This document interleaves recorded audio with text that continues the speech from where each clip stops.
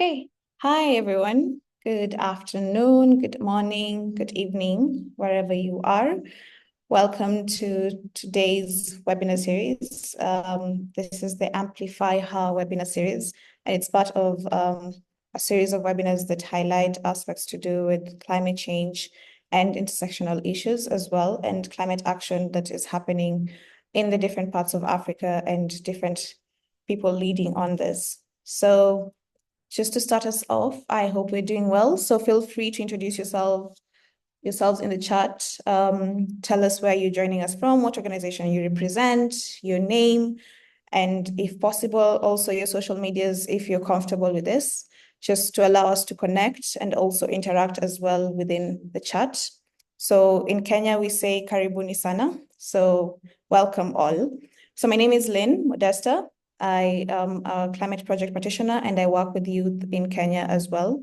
And today we are, as part of the Africa Climate Reality Project, are hosting this webinar, and I'll be a moderator for the session. We have great speakers who are going to tackle the topic of women in renewable energy. And this series will focus on capacitating women in the climate space and ideally addressing barriers to participation and leadership with a key focus on energy and specifically renewable energy. So the series is aimed at building skills, sharing stories, fostering network for collaborations. I think we insisted on that. So again, feel free to really introduce yourself within the chat box. And we're looking forward to interacting as much as possible. I hope you have questions. I hope you have comments. And we have a lineup of great speakers with us today. So I will also mention that we are recording this session. So if you're not comfortable with it, just feel free to let us know. But this will also be uploaded on the YouTube channel. So feel free after this, if you want to interact with the session again, or share it with different people, feel free to also check out the Africa Climate Reality Project for the same. So the fun part of this. So there's also a project that the Africa Climate Reality is working on, and one of the catch is related to the webinar series. So they're offering an adaptation grant for Africans. And part of this, if you attend, part of the qualifications include if you attend at least 3 to 4 webinars. Again, as I mentioned, this is a series of webinars. You may have that chance to be able to access these grants. So feel free to also go to their website just to get more information about this. But yeah, just something to note and also somewhere to engage with in regards to the webinar series. So straight on to the speakers for today. So as I mentioned, my name is Lynn Modesta, coming from Kenya. I'll be a moderator for the session and I will guide through the session for today. I am a climate change and energy practitioner, specifically working on policy and youth as well. And we also have great speakers, women speakers. I have to mention I'm a feminist, so affirmative action is something that I'm really pro for. So having women who've worked in the field from different parts of Africa is it's awesome. So just to be able to introduce some of our speakers that we have lined up today, our first speaker is Catherine Vowles. I hope I got the name right. Yes. Yes. Welcome, Catherine. Catherine is a campaign assistant for the Big Shift Global campaign, and she advocates for economic justice in the transition to renewables. And she'll also lead us with a presentation for this. Our other speakers include Marina, and I do not want to butcher your surname, so maybe Marina, you can give us a shout out about how to say your surname. Agotsemevo. Yes. Yeah. Yes, glad to hear that. So Marina is a certified professional electrical or electronics engineer from Ghana Institution of Engineering. She holds a master's in business administration, and she has demonstrated history of working with the renewable energy sector, specifically on solar, power transmission and distribution sector, climate space, sales and business development field, and the electrical and electronic manufacturing industry. She's an environmental activist, a renewable energy advocate, and is currently the coordinator of Africa Call Network. She also volunteers as the lead for Ghana chapter of Council on Women in Energy and Environmental Leadership. As I mentioned, amazing speakers today. Also, we'll have Irene Twanjire, who's a climate activist. Irene, maybe we can see you. Say hi, wave. Yes, there you go. So Irene is a climate activist, community organizer, mobilizer, and executive director for Women for a Green Economic Movement in Uganda. She loves connecting networks of diverse people around a common issue to collectively figure out ways forward. She's a trained climate and gender activist with 5+ years of experience across different geographies and cultures. She's currently based in Uganda, but her work focuses on interconnections between movements, strengthening feminist influencing, women organizing, and building narrative through collective action. She's also championed the Stop ACOP campaign, and I think she'll talk more about that during her presentation, which is based in Uganda, and empowering marginalized women to push for renewable energy and other green economic alternatives that are sustainable. I don't know if Priscilla is here. Priscilla, maybe you can give us a shout out if you're here. Okay, I think we'll have her, but we'll also have Priscilla who will be joining us soon. And she's the lead of the Energy Access Program at the Strategic Youth Network for Development, that's SYND. And she drives initiative focused on expanding energy access and advocating for sustainable energy solutions in Ghana, with extensive experience in youth engagement and environmental sustainability. She plays a key role in integrating young voices into the energy transition discourse, and her work involves policy advocacy, capacity building, and community engagement, aiming at achieving equitable and inclusive energy access. So again, this shows the diversity of our speakers here today, working in different fields, all women working in the energy sector from different capacities. So just to start us off, and in the interest of time, so we'll have presentations, and then we'll have a session just to be able to interact with the presentations from the speaker. So we'll have a small Q&A. So if during the session you feel there's a burning questions, feel free to write it in the chat box or the Q&A box, and then we'll have a discussion after that just to be able to interact with the presenter's presentation. So to start us off, again, I'll remind this, kindly feel free to introduce yourself in the chat box and also drop in your handles, and we'll also be able to have social media engagement. This conversation should not be limited to just this Zoom meeting today. So to start us off, we'll have Catherine, who will take us through multilateral development banks and the transition to renewables. And I think this is a very important topic, especially because the MDBs really affect what kind of investments are in terms of energy are invested in. So welcome, Catherine, and take it away. Thank you so much. Good afternoon, everyone. Thank you for having me on this webinar alongside these incredible women working in renewables. And thanks to the African Climate Reality Project for organizing and all those who have logged in today. My name is Catherine. I'm the campaign assistant for the Big Shift Global, which is a campaign coordinated by a global coalition of members with the aim of bringing people's views on climate and energy finance to the multilateral development banks. And please do not be concerned when you hear the word finance or the tongue twister multilateral development banks. When we speak about renewable energy, we cannot exclude finance. And when we speak about finance for development, we cannot exclude the multilateral development banks at this time. Historically, the financial world has been reserved for those who have had the time and privilege to learn the jargon, and this is by design to exclude the large majority from having a say in the economic systems that affect all of us. And this has been a massive barrier to women working in financing for renewables, and something we need to change. And I'm new to the climate finance space myself, so you can be sure this presentation will not be getting too technical. Okay, we're already on the first slide. So jumping right in, I'm going to start with a little bit of background on the multilateral development banks, so we can all be on the same page before talking about their potential role in providing funding for renewable energies. So multilateral is a word that is used frequently in international relations, and all it means is that 3 or more parties, particularly governments, have come together and agreed upon something. And so a multilateral development bank is an international bank that has been established by multiple member countries to help encourage economic development. And examples include the World Bank Group, the African Development Bank, the European Investment Bank, the Asian Development Bank, etc. There are a lot of them. And together they're known as the MDBs, the Multilateral Development Banks. But I won't be using any abbreviations throughout this presentation, so you don't need to try remember what any of those are.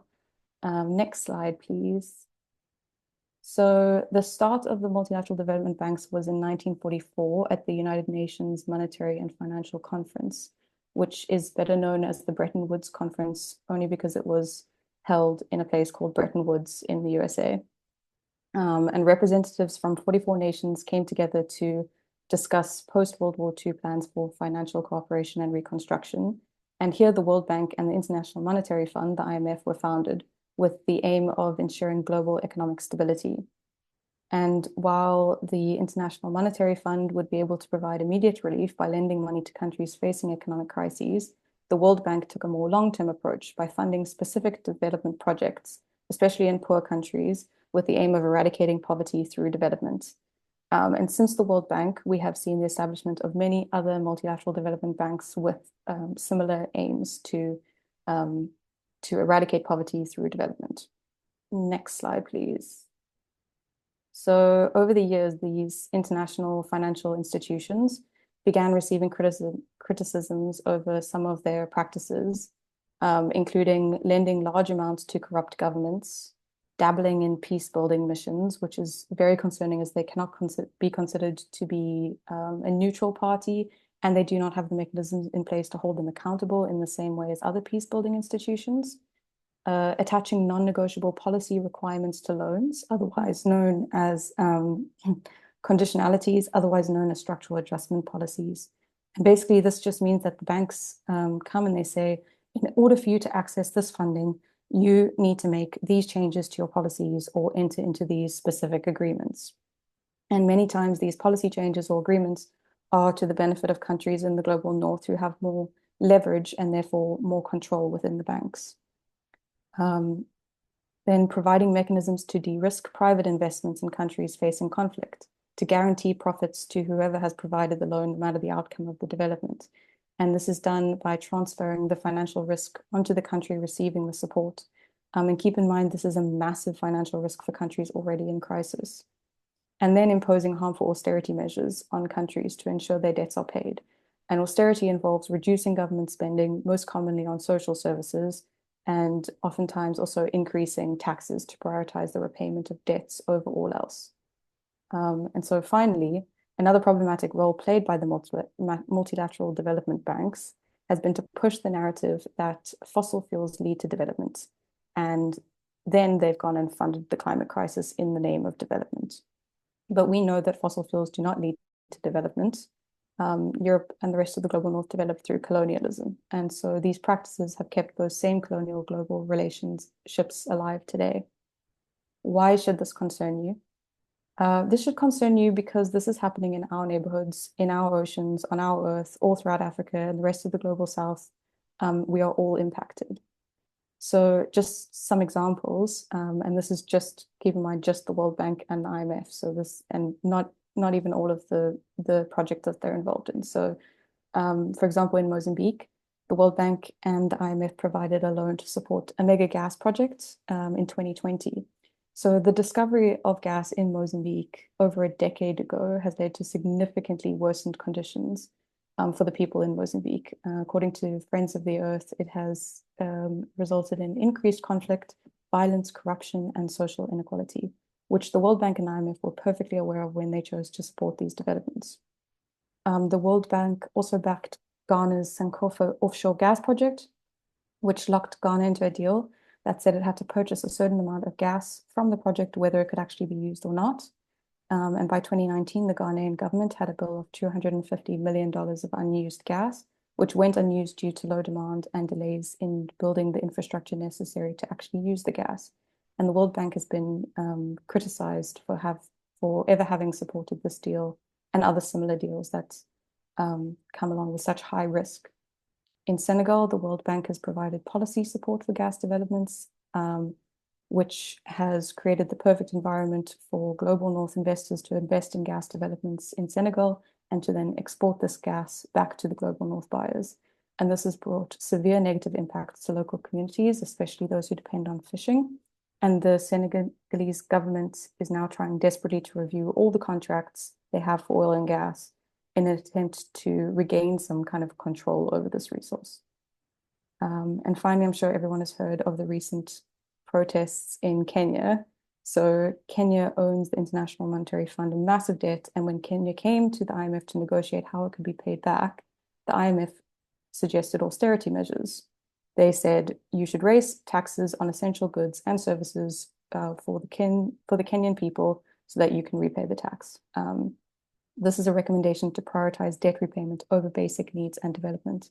And I think that really tells us all we need to know about the priorities of these international financial institutions and why we should be concerned. So just a little bit about the campaign work of the Big Shift. So on the top, very top of everyone's list is to pull all funding from the banks out of fossil fuels with a simple and accessible message of stop funding fossils. And this has been pretty successful since it began, since the Big Shift began applying pressure on the banks to shift the funding out of fossil fuels. The main focus of the campaign has been directed at the World Bank as the largest of the multilateral development banks, but within the coalition, other members have been applying pressure on different banks from all around the world. The next step is shifting that funding from fossil fuels into renewables, and providing funding for the just energy transition and furthering the sustainable development goal of energy access for all. But this is where it gets very tricky. Next slide, please. So funding renewables and funding the just energy transition sounds like it is a no-brainer, excellent decision that everyone can agree on. But not if that funding looks like creating inescapable debt, benefiting the North over the South, negatively impacting social welfare, stripping the global South of sovereignty over its own resources and its own energy systems, and favoring profits over people and planet. This just doesn't sound like a good way to fund a just energy transition. So for us, it's not about just demanding funding for renewables from the banks and from other sources, but we also need to demand better funding. And for better funding, we need to see some change. Next slide, please. So there are many different arguments that could be mentioned here on reform of the multilateral development banks, but I think the two most popular that I've been hearing are first, shut down the banks. No reform, we just want them shut down. They are neo-colonial institutions that have always and will only ever serve the interests of the global North and keep the global South locked into endless cycles of debt and loans to power the energy transition in the global North. And then on the other side is reform of the multilateral development banks. The banks have the potential to participate in the funding of a truly just transition to renewables, and there currently exists no viable alternative to meet the needs of the funding for the transition. So the multilateral development banks are already being lined up by governments to play a role in the energy transition, especially signing on to just energy transition partnerships and promising funding for a transition in the global South. Well, next slide, please. An example of this is in South Africa. The World Bank, the African Development Bank, and a German bank have together agreed to provide $1.9 billion of funding for South Africa's just energy transition. This funding will be in the form of concessional loans, otherwise known as soft loans, which is a loan with more favorable terms, including low interest rates and grace periods for repaying the loan. These sorts of loans are being referred to as catalytic, as it is expected that if they're invested into the right places, then they will unlock more funding, including the grants that we so desperately need for our energy transition to renewables. But these are still loans, which means a lot more debt for South Africa, a country already in a lot of debt and with some of the worst poverty and inequality rates in the world. And this is a very common arrangement that we're seeing for our energy transition funding plans. And so while there's no clear alternative to the banks at this time, and until there is clear alternative to the banks, if the banks are going to be playing a role in the energy transition, then we need reform. Next slide, please. So reform of the multilateral development banks is a very hot topic at the moment, especially as this year marks the 80th anniversary of the World Bank and the International Monetary Fund. And many governments have been critically discussing the sort of role that the banks could or should play in the energy transitions and in climate finance more broadly.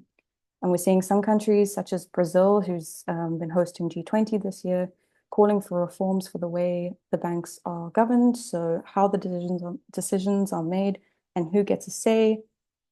And then we're also seeing some northern countries pushing for more funding for energy transitions in the global South, which sounds really good, but there's a lot of suspicion around this, as it looks like it could be being used as a smokescreen to shift attention away from their own climate responsibilities and put the responsibility on the global South to transition.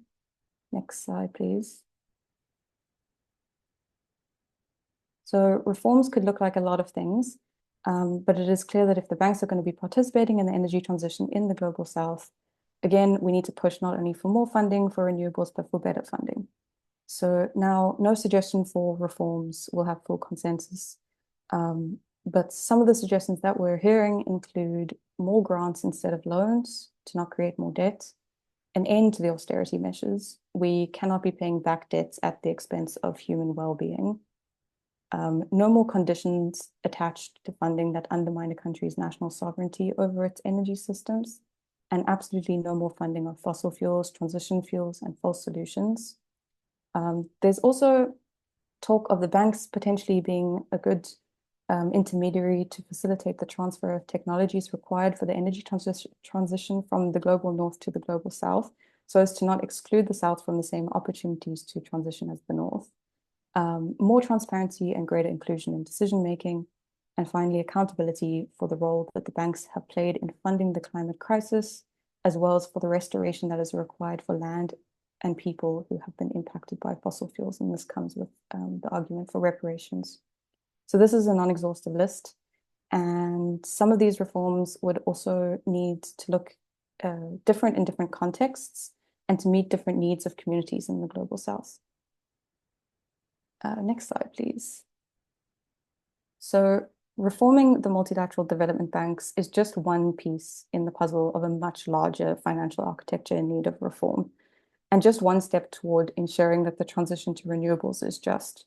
So the work we're doing in Big Shift, the work that other organizations are doing is just one part of a global movement pushing for system change and for change in the narrative, with the aim of applying pressure consistently from all angles.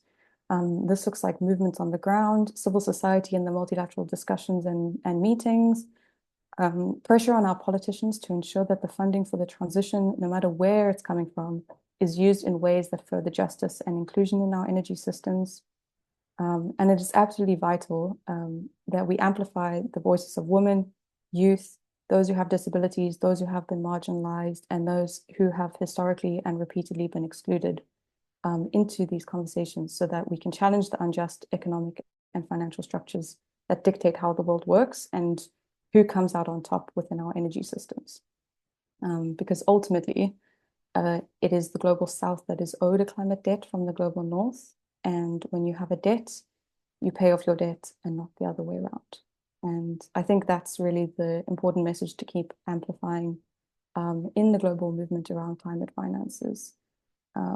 So that's the end of my presentation, but I wanted to say that if you're interested in finding out more, I'd be happy to share my notes to this presentation, which also contains some links to some of the resources that I have found the most clear and concise on this topic. And there's also a lot of organizations who are working to make climate finance more accessible, especially as the financial institutions become more involved in our transition to renewables. So please keep a lookout and get involved where you can. And yeah, thank you for listening, and thank you for including me as a speaker today.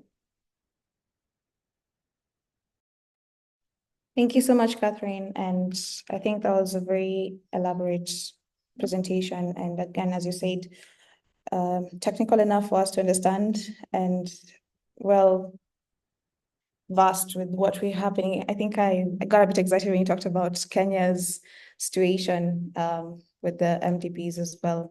And I think that's a conversation we can be able to have. So just before Irene goes in, maybe if there's any questions to Catherine, so we don't lose track of the conversation as well, feel free to raise your hand so we can be able to just channel the questions, but we'll have a chance just to be able to have a back and forth with all speakers as well. So anyone can raise your hand, feel free to do so. We'll take 2 questions and then we'll move to Irene and then come back again for another round at the end. Any takers? Oh, Catherine, you must be very good at this. Okay, I think maybe as people grasp with the MDPs and their role in renewable energy, we can have Irene just be able to talk about community women in green economy and how they can be able to also work together in renewable energy. So Irene, take it away. Hi everyone, thank you, Lynn. My name is Irene Tonjire. I'm a community mobilizer, organizer, and climate and gender expert. And I lead the organization called Women for Green Economy Movement Uganda, WOGEM Uganda. It's a community-based organization. Next, please. Thank you.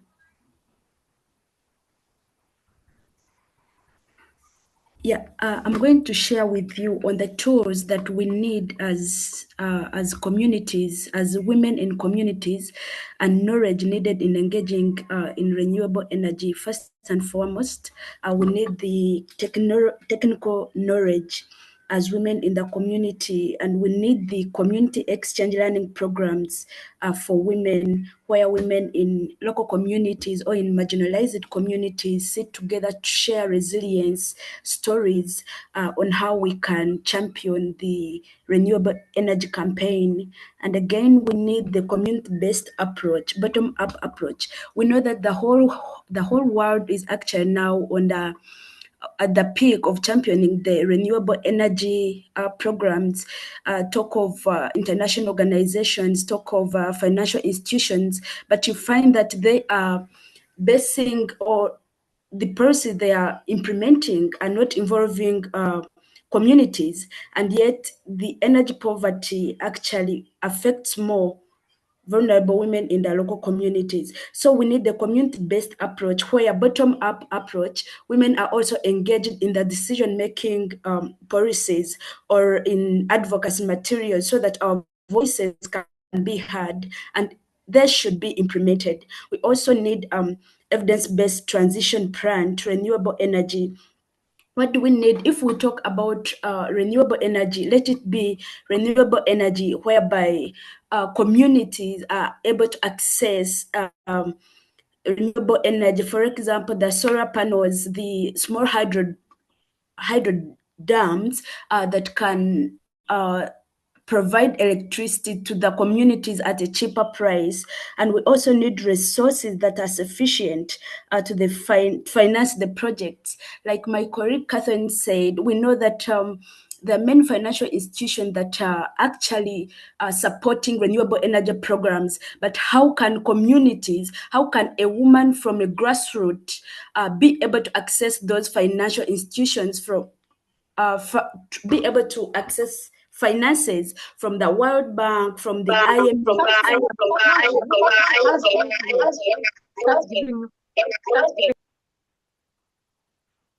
Hi, Lynn. Apologies about that. Go ahead, Irene. Yeah, thank you. Yeah, I was saying that please go back to the next slide. The next slide, the one that was there before.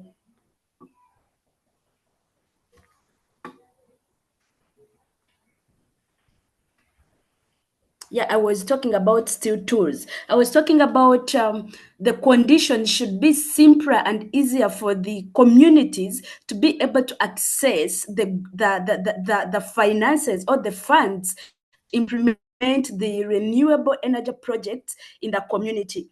And when we talk about the environmental and climate, knowledge is needed. Communities have to be trained, they have to be sensitized on the impacts of these renewable energy projects.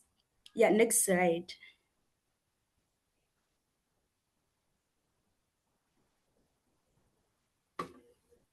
Thank you. So what are the community experience in renewable energy? We all know that our communities or our families in marginalized communities still use these traditional ways of cooking, firewood, charcoal, which has contributed to the climate change boom. And then we find that in Africa globally, over 600 million Africans are not able to access electricity. Not because we cannot, first and foremost, we know that Africans, we are blessed with these natural resources, but then the resources are untapped because we cannot afford them. We don't have the resources. And having electricity in our country or in our communities, you find communities, we are not able to manage to pay even 1 unit of electricity. It is so costly for us. However, when I talk about the experience, we know that putting people at the center of all climate energy transitions not only improves people's lives, but also key to successful implementing energy and climate policies. Like I have said, the international organization, the global north countries should not always decide on which projects communities should use.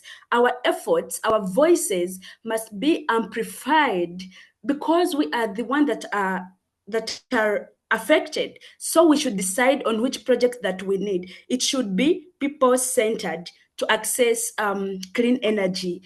And then community-based energy projects. For example, in our country, when I talk in our country, you find that we are having the government and other oil companies are investing more in the East African crude oil pipeline. And you find that they are not even engaging the community or the people, the women in the communities that are being affected by this pipeline. They decide on what community wants. And then you find the communities are facing the injustices. So that is the experience. And then we see that despite making 39% of the global labor force, women only account 16% of the traditional energy sector.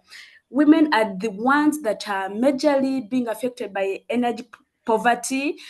When we talk about like at night, women breastfeeding, you have to take care of the babies at night, children dropping out of school, women are the ones to suffer all those consequences. Yeah, next slide, please.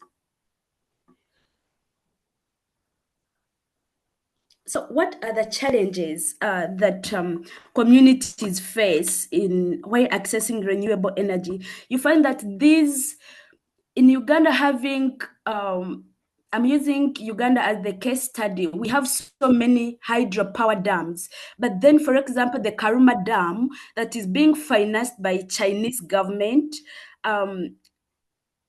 Yes, it is.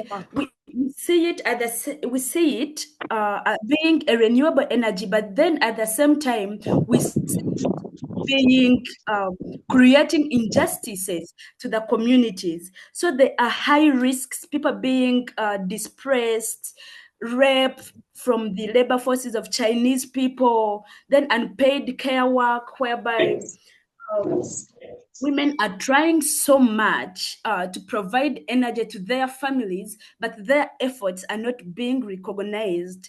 And then we see the low wages than men. Women, while working in these extractions, like the extraction or the construction of hydropower dams, women are the ones cooking for these people. And then you find the fee or the wage they pay them, it is a peanut for them. And then that is a challenge.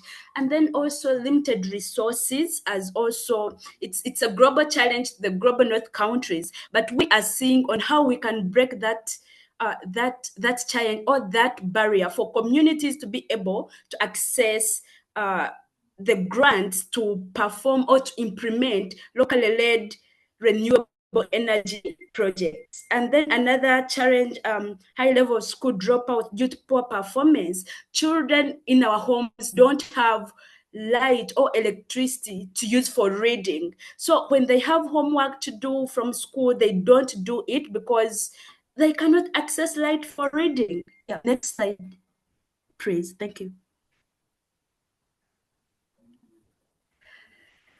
So after seeing all these challenges, we are seeing what are the strategies or what are the insights that women in renewable energy can use to promote in Africa. For example, we need a community engagement project that involve and benefit local communities are more likely to succeed. This includes providing trainings, jobs, and ensuring that community has a stake in the project. When these renewable energy projects are implemented in our communities and the communities are engaged, trust me, this high level of unemployment in the country is going to go low, the high level of poverty, people are going to get jobs. So we need more of community engagement. We also need policy advocacy and proactive engagement with authorities such as local leaders, experts, stakeholders. We also help to navigate and anticipate regulatory hurdles and help shape favorable policies and regulations for renewable energy. Having inclusivity in the implementation of these renewable energy projects will actually help to shape or to help communities to avoid the injustices that they face in the community. And then we have holistic approach and transparent communication. The stakeholders should, all the experts in renewable energy projects should bring in that trust among the communities. Communities shouldn't be afraid, like what is happening in Uganda because of the East African crude oil pipeline. Communities are living fear, under intimidation, threats. Then we also have the strategy of long-term planning and diversify funding sources to renewable energy projects. Private sectors, public sectors should also work hand in hand with civil societies to make sure that they create a pool of renewable energy funds that are directly going to the marginalized communities. And another strategy is the continent could meet nearly a quarter of its energy needs through use of indigenous, clean, renewable energy by 2030, according to ARENA report. This report shows that when we include indigenous knowledge, when we include indigenous communities, when we include communities in implementing these renewable energy projects, trust me, we shall have a country, or we shall have a community with a renewable energy state. Yeah, next slide. Next slide. So what are our demands as Africans, or as demand that we should be calling for in Africa? We need Africans are gifted with huge and still untapped renewable energy potential. However, we are still depending on fossil fuels that has escalated climate crisis. We therefore need more investments in green economic alternatives such as solar panels, renewable energy. We need also Africa to urgently shift away from dependency on fossil fuel-based energy generation and transitions quickly towards a renewable energy future. We also need a transformative, people-led policy involving rapid social, economic, and potential changes to achieve energy democracy and deliver renewable energy assets into the hands of people and communities across the continent. And lastly, our demand is don't gas Africa, but rather promote renewable energy programs or projects. Next slide. Thank you.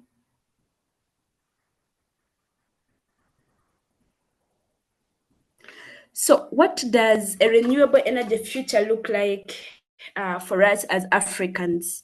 In my opinion, I think that Africa being gifted with pretty natural resources that are untapped, once being utilized, once being able to access the funds, the money, the grants to utilize these resources of wind, solar, sunshine, the future of renewable energy in Africa would be promising and transformative.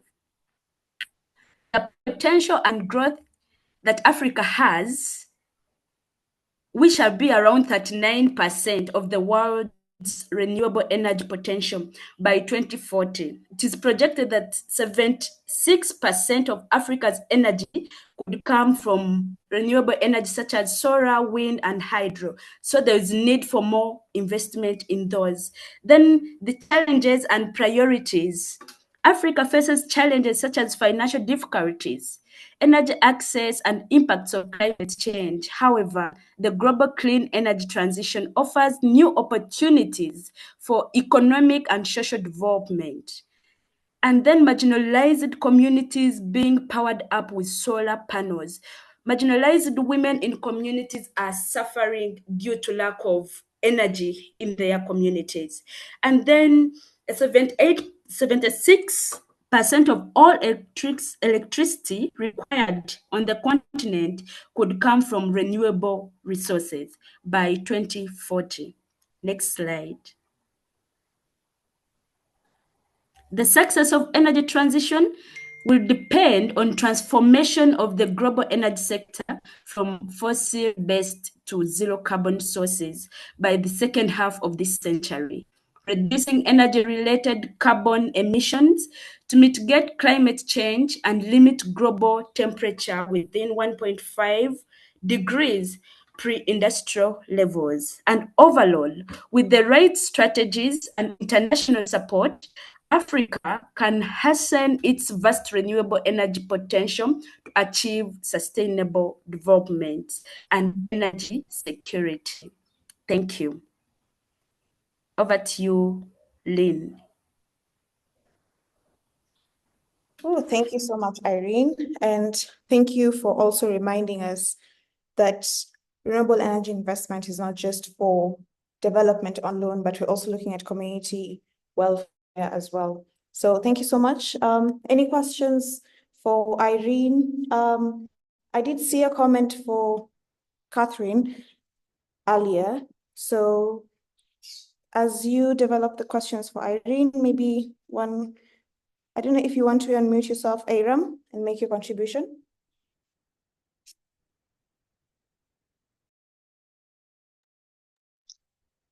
Hello, everyone. My name is Aram from Ghana.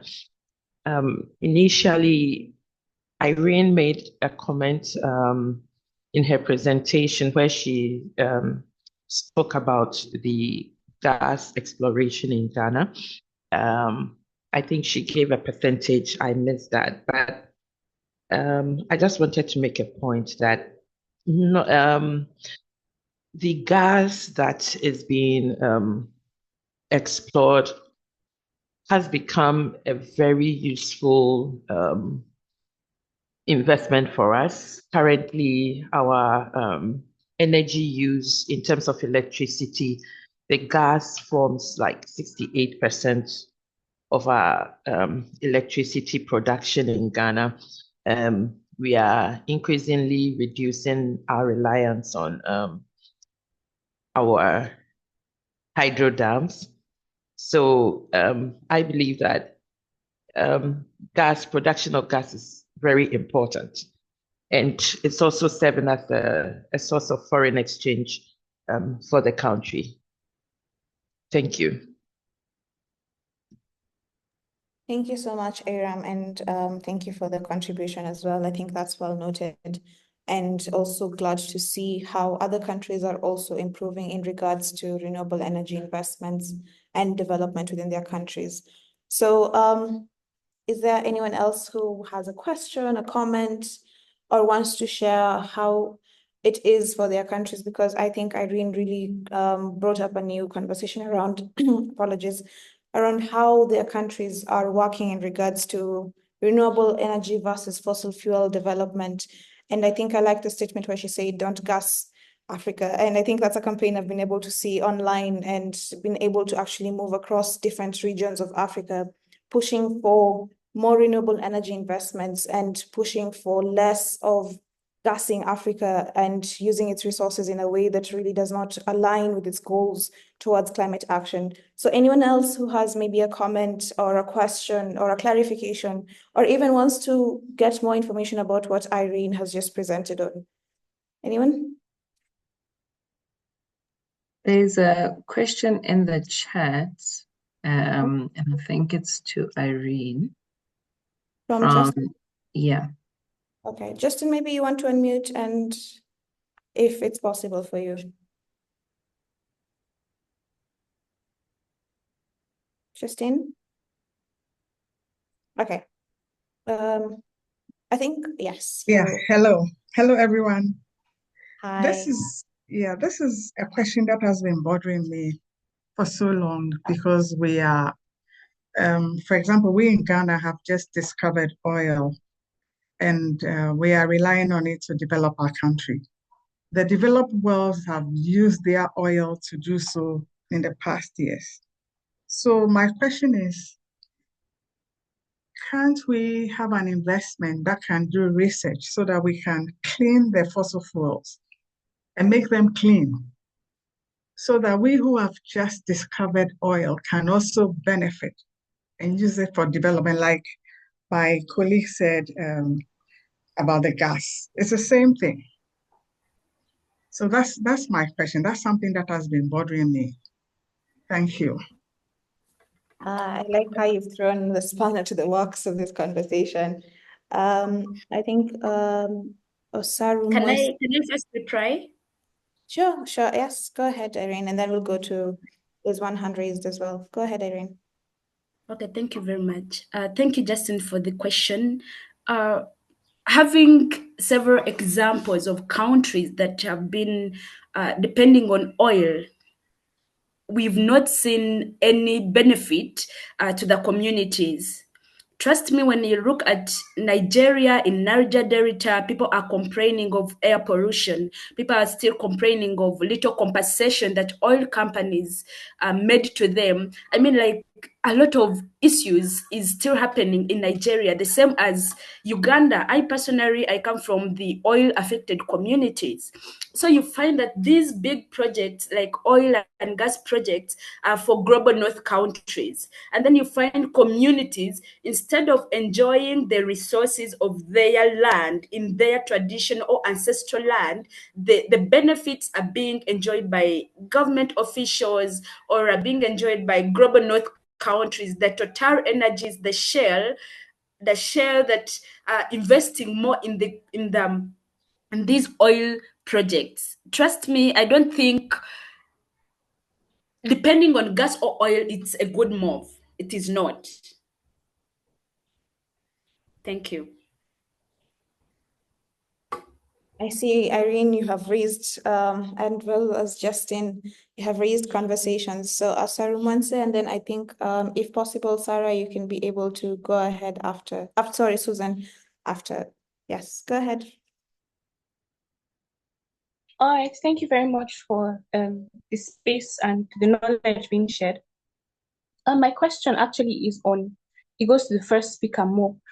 You mentioned how these financial institutions, the MDBs, are funding projects that are not renewable, funding renewable energy projects, and more of their funding comes more in terms of loans and grants. And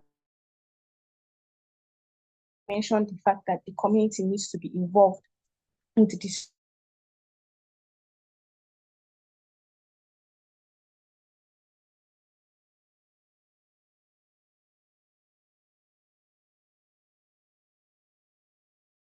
Is it me or have we lost?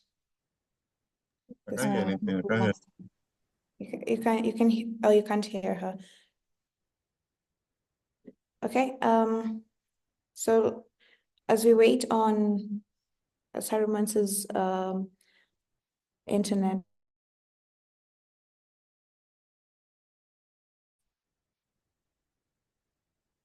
Gloria, go ahead.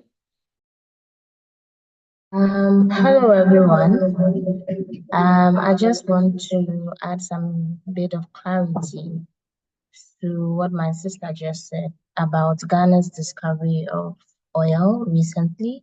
So I just want to add that Ghana discovered oil in the 2000s, but in the 90s we had just a little bit of portions.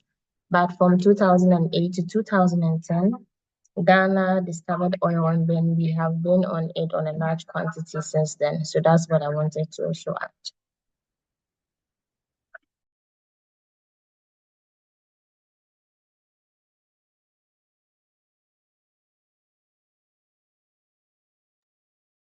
Thank you, Gloria, for the clarification and also for highlighting that.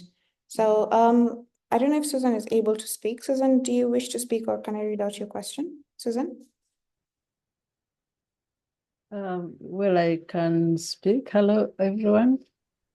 You Hello. can hear me? Yes, well. Yes. Now, this is my opinion and not what not the organization I represent. Why? Just like the previous presenter has just said, I mean, the previous person has just spoken, like Ghana, Uganda also has had this recent discovery of oil. And I'm sure this is affecting quite a number of countries in Africa that are just making discoveries of this oil. And as such, while us as civil society would advocate for 100% transition to renewable energies, it's important that we also take into account the need for these countries to develop. And now this brings my question: are there plans for just and transformational solutions for a just transition, especially in countries that are least developing? That's a very good question, Susan. And I want to throw it to Irene. Do you possibly, and Catherine, also feel free to chip in case you also want to tackle the questions as well. So maybe Irene, do you have any comments, or Catherine? Yeah, can I come in? Yes, please. Okay, thank you, Lynn. Thank you, Susan, for the great question. About the plants, like how global north countries are coming in global south countries to greenwash us. You know, they always bring publication that we are bringing millions or trillions of money to global north countries to have the just transition plan being implemented. So in my question, I always ask myself, where does that money go?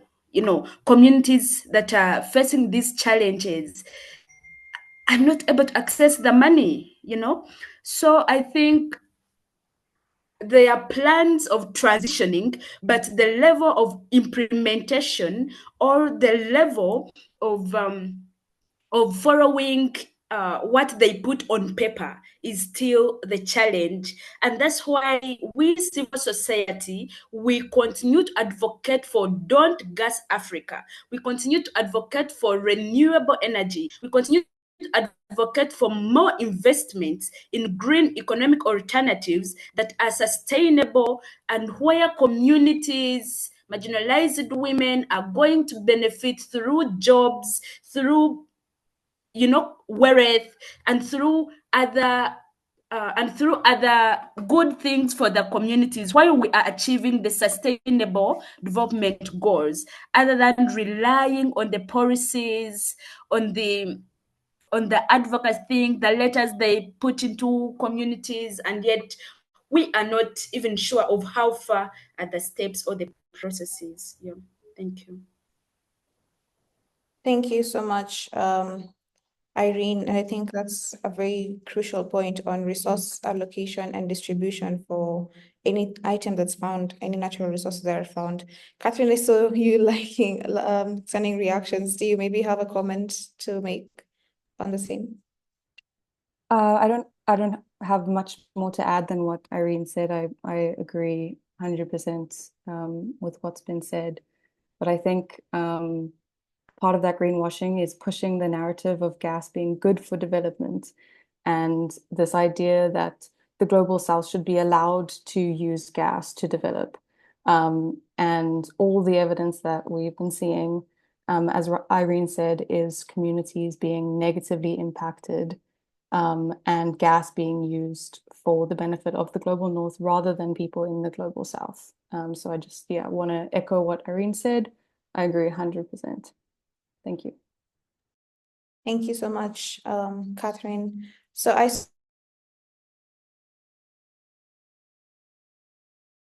you can go ahead and we'll go to the next speaker, Kolmani.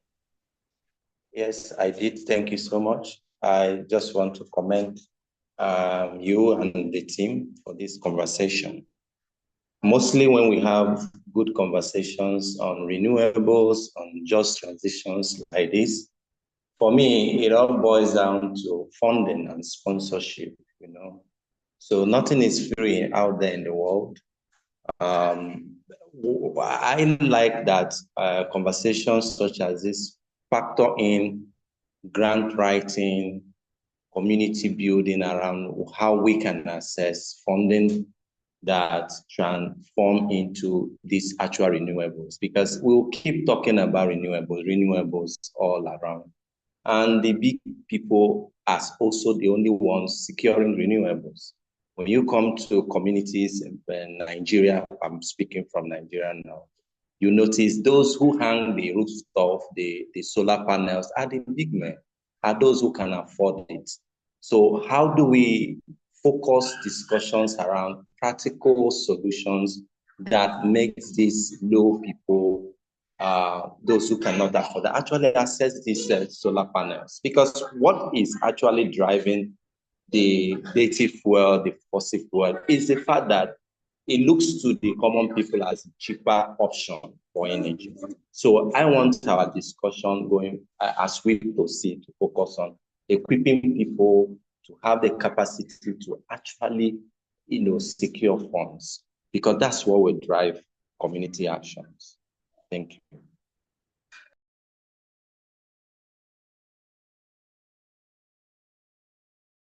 Thank you, Jared, and thank you for the contribution. So just to highlight something that you've added on the aspect of financing, and also Chiamaka's question in the chat box around funding, the Africa Reality Project, Africa Climate Reality, is also having an adaptation grant that they're providing to African communities and organizations within. And part of the catch is just to be able to be part of such conversations, at least 3 to 4 webinars, just as a catch, but they have availability of some financing to support climate actions and adaptation efforts in Africa. So again, there was links shared about on the website, so feel free to follow them just to be able to find out more about this. In the interest of time, I think we'll have Marina come in. Again, we'll have a session just to be able to have more conversations. So don't feel shy when we're moving, and then we'll come back to you, don't worry. So Marina, welcome, and we're looking forward to your conversation as well. Thank you. Thank you, everyone. Good afternoon from my end. And I'm actually happy that Irene just finished her presentation. Irene and I work closely together in Africa Core Network. She's actually coordinating the gender working group. So most of the points, I think whatever I'm going to say is going to be linked to what Irene has said. So I'll speak less to most of that. My presentation is going to be very, very light, less technical, less words, just relaxed. So I actually coordinate the Africa Coal Network, which is what we focus on in the Africa Coal Network is how to transition from coal and fossil fuel towards renewable energy in a just way. So basically just transition in the whole process. And so most of what Catherine and Irene have spoken about are things that we all align with. And we are also part of the Dongas Africa campaign as well. Next slide, please. So I think we have been thinking about like, what do we say when it comes to getting lead women to be part of the whole climate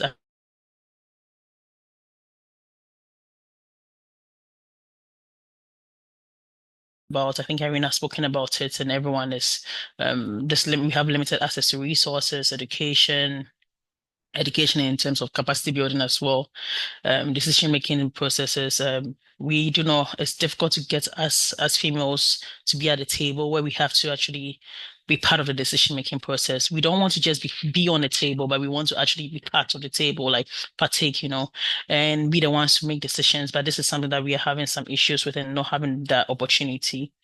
One thing that I also noticed this week, I was at a Future of Energy conference in Ghana, and we're talking about how there's an issue of how we can actually integrate women, children, and then the disabled people in the whole conversation of energy transition, the green economy, or net zero economy. And one of the main things that we also spoke about was mentorship, how mentorship plays a big role, but it's difficult to get mentors in this field, like who are women that you can actually look up to.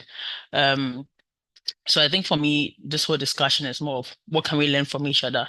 I think from what has been shared with the works that everyone is doing, what can I pick from someone that will motivate me to want to do more and be a better person in the field? And how do I get more people to also get involved in the work that we are doing, especially females, especially as we are speaking about that. Next slide. So one of the main things that we've been doing, like that we've noticed are tools that will help us, or let's say we need that knowledge for us to be able to work, which Irene has spoken about already, the policies and regulations. We can't actually have anything working without policies, right? And what's lacking in most of our countries within Africa is the policies, the right policies to actually work, and not just the policies. For instance, I'm from Ghana, and Ghana has policies, very good policies, but the problem now is implementation. So what do we do? How do we bridge the gap? What do we have to do to make sure that happens? And that's where advocacy also comes in, making sure that the right thing is done, the right policies are set in place, and we are part of the discussion. What role can the CSO community play in that? We work mainly with Africa Core Network is mainly with CSOs, civil societies, and then NGOs. And so we have a big role to play in this, and this is something that we keep on working on. And I think these are skills that we need and knowledge that we need to have to be able to do better. Because if you want to actually be part of a whole policy, let's say implementation or design or discussion, you should have that knowledge. You should know what you want to be put inside a policy. What are we fighting for? If you're fighting for a cleaner system, a more safe system, a one that is more like the grassroots communities are not left behind, then we need to make sure that we have that knowledge to be able to be part of the discussion. We've spoken about renewable energy being what we want to transition to, but there's that gap where we don't have that knowledge. Like, and this is knowledge that we need. And I think Catherine spoke about the need for transfer of technologies. What technologies do we have right now in Africa? We keep on importing every single technology. However, we have the most of the minerals as well that is needed for these technologies. So what can be done within Africa? This is something that we should actually think about. And when we have knowledge about it, so for instance, as an engineer personally, I have worked with solar. So I have some knowledge with solar projects. And then there are other people that would also know about wind energy or hydro or other processes. Some agree that hydro is renewable, some do not agree. So it's a very controversial topic. But basically, you need to have knowledge about the technology, because if you want to actually push something, how are you selling something when you do not have knowledge about it? So this is something that there's a need for us to have knowledge about, and it's linked to that gap that we spoke about education and capacity. Sorry, I speak fast, so if I'm going fast, you can prompt me. And then I think one thing that we don't realize that we need to actually know is also knowledge about the barriers. What are the barriers? Because I always say that when you know your barriers, then you know how to overcome them. You know what opportunities are available for you. And so, what are the barriers for us to even say we are transitioning from maybe one source of energy to another source of energy, which is renewable energy? How can we push towards renewable energy? Well, what is making us not accelerate renewable energy like we want to? We know in some countries in Africa, we even have political instability. How do we get over these barriers? Are these things that we can easily get over? We know most of our countries are speaking about what let's say Ghana spoke about they spoke about Ghana right now with oil and gas for development. These are the talks, these are the narratives that are being sent around, right?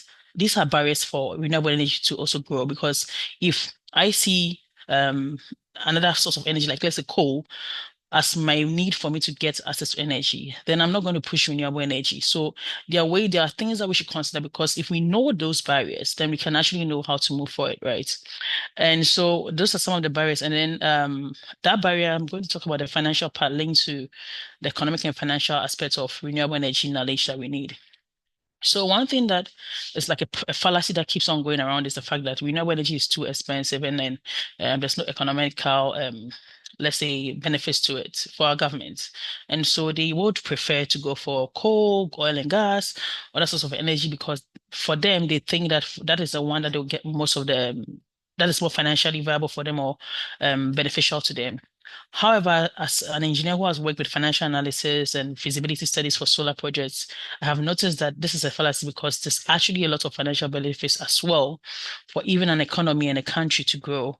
If you have this knowledge as someone working in this space, whether an engineer, whether a CSO person or anyone, you can actually now push that narrative that renewable energy also has economic and financial benefits. These are things that we should know about them. If you're a company using solar instead of using just depending on the grid, you can actually get these benefits. These are things that we need knowledge about, and we need to see how we can use them. when I worked in the commercial industrial sector for solar, and we were helping private companies to access solar. Whenever we did a financial study for them to see if this is going to be something that they'll make a lot of savings, almost all the companies got to understand it. But one thing is, like we've spoken about, is that I know this is a question that'll come up. The fact that the cost that you need to be able to do a renewable energy project in the beginning is very high. The upfront investment is very high.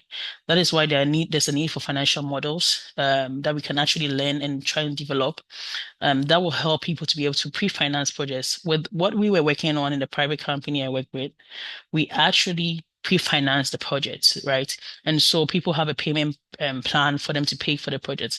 And this was an easy buy-in. Most people were able to buy into the organizations and started getting solar in that dimension. So we have the opportunity to also design our own financial models with regards to the renewable energy sector. Another thing that I'll speak about is the environmental impact. This is renewable energy. At COP last year, we spoke about tripling renewable energy. What does that tripling renewable energy have? What is the effect of that decision that we've said? That means there'll be a need for more renewable energy technologies to be produced. There'll be a need for us to mine. That's the problem. There'll be a need for more mining for I don't like to say critical minerals, the strategic minerals that are needed for the transitioning process. And what does that happen? What does that mean for us as people especially in the communities, the grassroots communities? That means, like Irene spoke about, when mining is happening in the oil and gas industry, it's happened. But one thing that we are trying to make sure that it doesn't happen, we don't make any mistakes similar to that in the renewable energy phase. So there's a need for us to study and have knowledge about the environmental impacts in our communities. If they're going to be mining any of the resources, like let's say lithium or anything, what is being done there? Is it being done in a just way? We want to talk about just transition. Are the community members involved in the project? Do they understand? Was an environmental impact assessment done? What was done in that community that we can actually say that this is something that we know is not going to impact the community in a negative way? Are women involved in the process? Like, how is the whole inclusion process of that whole phase using trying to get the minerals to triple renewable energy? So these are things, and other parts like even with solar. For instance, if you're doing solar, why don't you look at exploring other models? Is it going to be on the rooftop? So for us, for instance, that was our first model because we want to make sure we utilize less space. So rooftop solar systems first before if there's a need for land. But if you're going to use land, is there an agreement? Is the community involved in the process? Have they said yes to you? Because there's a situation where we are having land grabbing in most communities when it comes to even solar. And we don't want that to happen. And then for us to see that mistakes are being done by the renewable energy industry, where people are not having there's now an environmental impact because people can't farm again. They feel like they're not safe there due to the mining. What can we do to make sure that we have enough knowledge to work in the right way and not make the mistakes that was done in the past? And then you need to know the opportunities that are available, like knowledge of opportunities. What are your opportunities there? Is that an opportunity? Maybe you work, for instance, I work in some rural communities and I know that they do not have access to the energy. Like Irene has spoken about 600 million people in Africa do not have access to energy. That should be our main focus if you're talking about renewable energy. How do we target access to energy or increase access to energy in Africa? If you're using renewable energy, then what are the opportunities? Maybe, for instance, I work with some communities and they were island communities and they farm, they have fish, and they have nowhere to store it. And then they asked that they wanted refrigerators or freezers, solar refrigerators or freezers to keep their food items in good condition, right? That is an opportunity. That's an opportunity for someone to tap into to say, maybe I want to create a business or a model to support these people. My brother spoke about what can be done to help the communities because we want renewable energy projects that are community driven and led. What can be done for these communities again? Maybe like mini grid systems using solar systems. These are things that we can actually explore. Knowledge about these things will help. Then data. Do we have enough data? That is our biggest problem in Africa. We do not have enough data. We've even spoken about 600 million people not having access to energy. Go to a country and ask them exactly where the people have access to energy, what communities, where are they, what can I do there? Is there land available? Are we going to be taking someone's land instead of using the right ways? What is there in terms of your policies? Like, how do we have that data? That is another big gap and an opportunity and something that we need to know more about.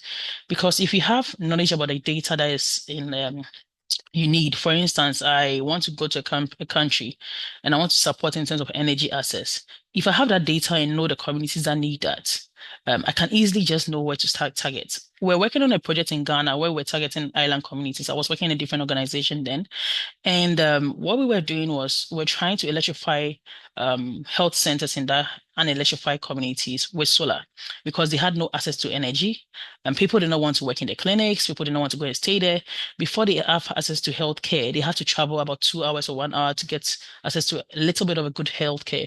So we wanted to provide electricity to them to be able to provide some good services in the clinic and just data to know exactly which clinics and which communities do not have access to the grid. Are there clinics there? What can be done? Was very difficult. And so this is something, but as we got to have knowledge about it, it helped us to know what to do next, the next steps, what can we do?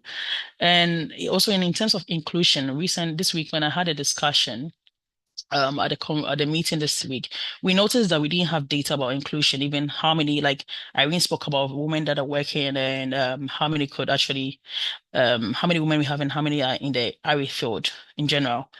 You come to African countries, you don't really know how many women are really in this field. Let's say for renewable energy field, how many youth are involved in the process, how many people and disabled people are involved. What we need data, and this is something that we need knowledge.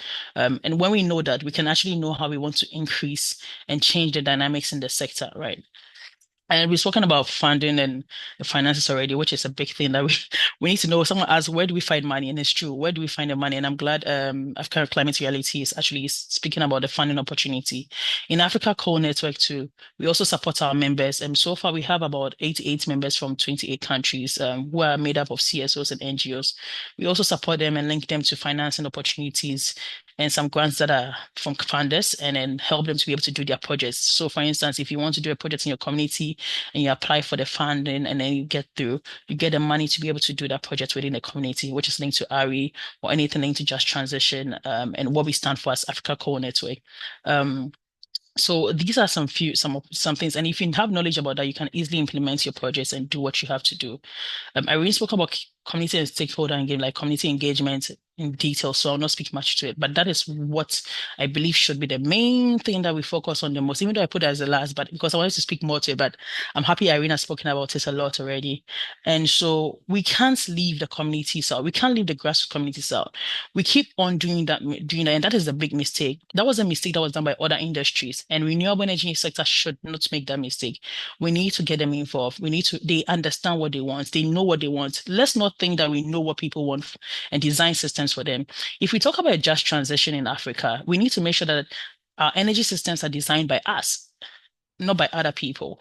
And so if we are saying renewable energy is what is going to be penetrating the grid, let's design it. We know what we need. We know what's happening in the rural community, what can be done there, what are the things people use there. But if other people keep on designing it for us, then that is not going to lead us to what we want to get to. I think I'll move to the next slide so that I can wrap up first. Then the slide, I think it's less talking now, it's just pictures. Can we move to the next slide, please? Okay, so personally, I've spoken about my experiences here. I put these pictures here to just give you a story. The first picture over there is me and then one of my CEO. We're both females on a rooftop on a solar project. Now, this picture that we took here, I've seen it in so many other solar projects. People do not even know I was in that picture. The reason I put this picture here is to tell us a story. There's a need for us to tell the stories, the positive stories when it comes to renewable energy. And this is something that we are lacking. We are not doing much in Africa. What can we say? Because if you say, I've been to places where people have asked me, can solar do this? I'm like, yes, of course. And people have other narratives that have been spread around about renewable energy or solar. So they think this can't do this can't do that. But the moment we keep on telling our stories in a positive way, imagine how far it can spread. These are two women on a rooftop and people are happy about women on a rooftop. This can actually serve as a mentorship and can actually get someone who also is young and be like, oh, I would want to be this. I want to do this. It's the same with this. And then I put the pictures in the middle. That was just my starting point of solar. Before I got to the renewable energy sector, I was working in the grid company in Ghana. So I know about the grid integration and all that in Ghana. And I wanted to be in the energy sector. I didn't know if I wanted to be in the renewable energy sector, but I had that passion and that edge that I want to actually do something that is clean and green. And so in transition, I still feel like, will it be interesting? Is it something that I want to do? Will it be fun? Will I learn anything? one thing I've got to understand is until you try it and until you do it, you will not really know if this is something that will work. And for you to be able to, and the only way you can actually, let's say, testify about something, as Christians would say, or give a testimony about something, is when you go through it. And so for me, for instance, being able to preach about renewable energy so much is because I've actually experienced it. I've actually gone through the whole process of designing it. I've actually gone through the process of doing installations and being on the field from different kinds of installations. The installation that we see on the left is actually a project that people do not believe, but it was at that point was the biggest rooftop project in Ghana. And it was for a steel company, right? And most people feel like solar can't power a factory like that. It can't do that. But I want to say that there are so many technologies that are coming up that is helping solar to be able to do even more than we think it can actually do now. So it was able to power that steel company. After the success of that steel company is it's an industrial project. Other industries within Ghana started coming up that they wanted the same projects. And so if we are able to tell our stories very well and we're able to do good works and showcase the good works, other people will now get and buy into the story of renewable energy and how good it can be and then move forward with it as well. Next slide. I showcase what I'm doing because I'm proud of myself for this work. Because I think at first I used to think, how should I be as a female engineer, right? Should I get involved in this? Mostly I realized that most offices, that's why I said we want to be part of decision making and part of the whole process. Sometimes they want us as female engineers to just sit in the office. No, there's no offense. It's good. It's amazing. And we can design stuff and everything. But I realized something, that going on the field and being part of the project gives you a different angle and understanding. And you work with the people on the ground and you get to actually understand communities better. You get to know what they need and how you should go about things.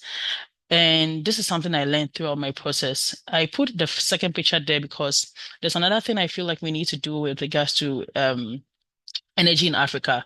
For us to be better, aside access to energy, we need to check energy efficiency and know how we can actually control our systems. And there's a need to check that in most of the companies and organizations. There's also a need for us to, like I spoke about, the data that I spoke about. And that data is the fact that if you're able to put that particular data logger that we have there is for energy data monitoring. If you're able to have that on most of your systems, right, you can actually design a better solar system to suit your system and not just any system.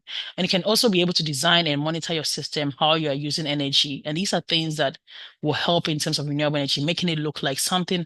Because when you end up, sometimes people tell you, oh, someone did the solar system for me, but they can't even do anything. When I turn it on, it just goes off, or it just does this. It's all based on how they analyze the data that they took before they designed the system. And so these are things that I have personally done, and I feel like I was happy to do it on my own. At first, I didn't want to go because I was scared of touching the electric stuff, but doing it on my own and learning it is something that I feel like has made me understand people who go and work in that dimension and respect them more as well. The last picture is to tell a story that there's nothing impossible, because we electrified about 31 island communities in Ghana, health centers with solar. And this is how we used to go there on boats long distances, and it was not safe, it was dangerous. But when you understand what the need is and how it's going to help people, you should push yourself to do more. And this is what we did mostly with this project. And this is just an example that this is a similar project that can be replicated in other countries, right? I'm just trying to tell this story for you to understand and for all of us to understand that these are ideas that we can come up with. These are things that we can do to push even females and renewable energy growth across Africa more in terms of energy access and other things we can do. And these are things that I try to also speak about even within ACN, because most of our members come up with very good ideas and proposals for projects they want to do across their countries. Aside the campaigns, the advocacy that we do, we want to see how we can actually do tangible projects that people can see and see that this is feasible for us to do. The last slide. I think the last slide is nothing much. So with, I'm sure most of us, I've said it already, we transition and we're trying to make sure we transition it just way. This is from one of our meetings as Africa Core Network. We just had our annual meeting last month, and then this is from the meeting. So Africa Core Network, together with other CSOs and organizations across from different countries, came together with there's a network called the Global Clean Energy Network. And then we design the guardrails for transitioning to renewable energy, which are like principles, parameters, like the do's and don'ts that we need to make sure that we do so that we don't make the mistakes that like, let's say the oil and gas industry or the other sectors did, the coal industry did. And so these are guardrails. And I think there's a need for us as Africa to make sure that we have these guardrails in place. If we are talking about even mining, what is going to happen with this mining now? Like Ghana, if you come to Ghana, there are so many water bodies that are now different colors because of gold mining by some particular people, right? And so if we want to make sure that the lithium mining, the other things that we are finding in country, Ghana has found lithium recently, other resources, if we want to make sure that that mistake is not made, we need to have our guardrails there. We need to set these guardrails to make sure that these mistakes are not done. And the guardrails are also things that should also factor the fact that we are talking about just transition. Just transition is different for every country. It's different for every continent. What is just and what we see as just in our continent, we need to design our own and create our own narrative that we are going to talk about, right? And so these are a few things that came up when we were talking about the discussions. Who is the mineral for? If you say critical minerals, who is it critical to? To the people that will take the money, because in the end, we don't do anything with our minerals in the end, and or it's for who? So we need to know even how we call these kind of minerals, the terms we use. And Africa for Africa, Africa wants to transition in a way that we become a powerhouse, because if we are going to use renewable energy to be able to have that economic power, then we need to see how we can industrialize in renewable energy. And that is where there's a need for knowledge transfer, technology knowledge transfer. There's a need for us to see how we can actually manufacture even the renewable energy technologies within Africa. It doesn't mean every country has to do it. We have to be strategic about how we go about it. We need to see where we're going to mine and where we're going to process the mining. There's a need for processing. We keep on sending our raw materials outside and buying them back at an expensive price. How do we control that? There's a need for financial architecture, like Catherine has spoken about. Everything Catherine spoke about in the last page, amazing. That is it. Concessional laws, anything that we need.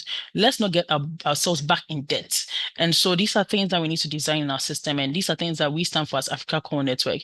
What we have on the picture, Open Agenda booklet, is a booklet that is more on like just transition, that was designed by some CSOs across South Africa that you can actually look at to actually learn. Power Shift Africa also has its, a particular just transition document that you can also see online, which is also a very good one that helps to see how we can go as Africa.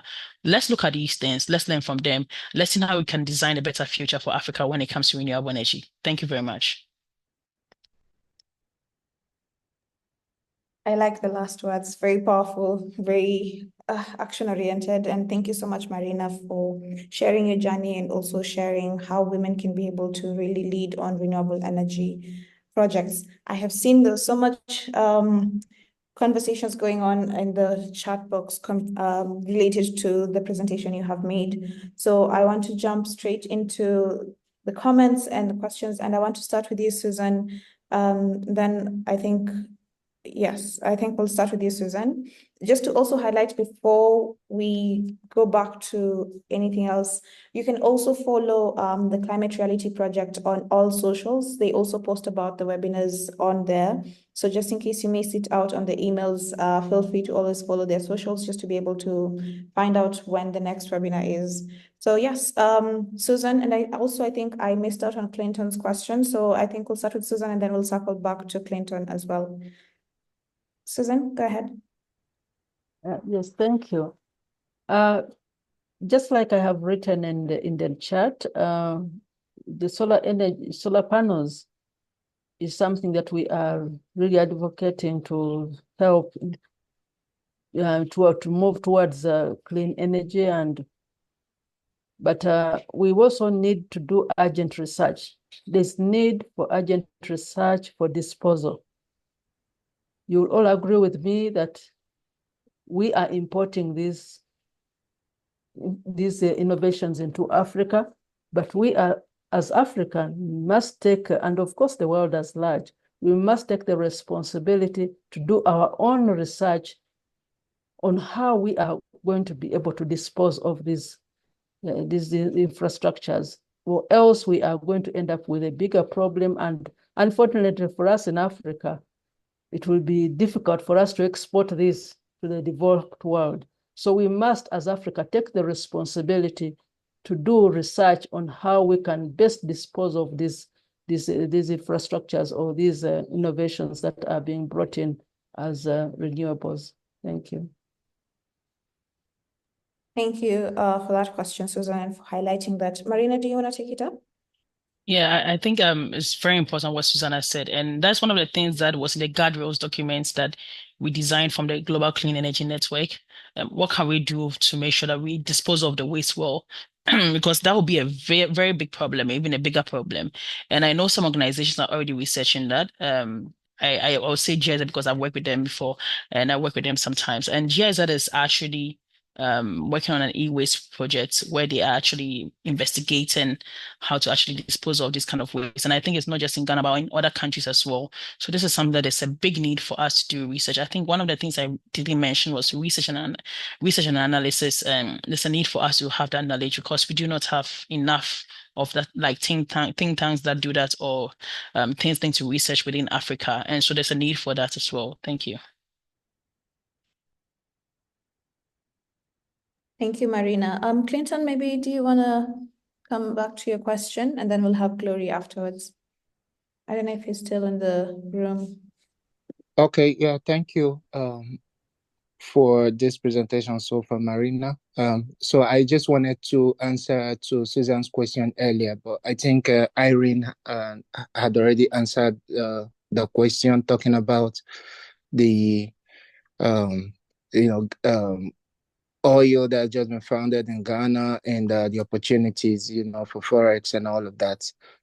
Speaking as someone living in the Niger Delta, from the Niger Delta of Nigeria, we have really not seen so much benefits, of the impact of all these explorations that have been going on for so many years.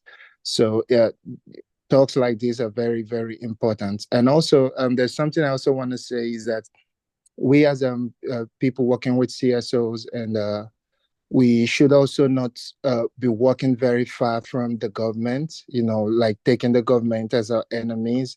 I think so many African countries have also signed, to the NDC plans.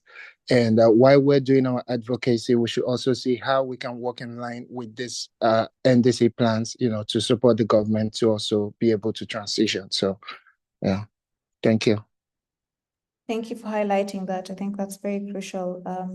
How do we partner with other entities who are also part of and stakeholders who are also part of the conversation? Glory, go ahead. Good afternoon, everyone. My name is Glory. I'm the Executive Director of Development Impact Pathfinders Initiative here in Nigeria. So thank you very much, Marina, for your presentation. It's quite amazing to see a woman doing what you're doing. And so your presentation is very inspiring.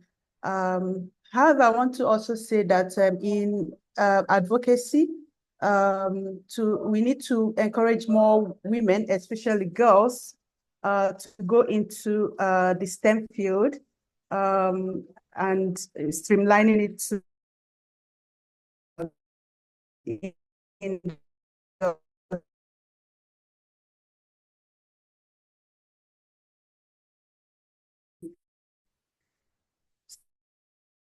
so we need to encourage more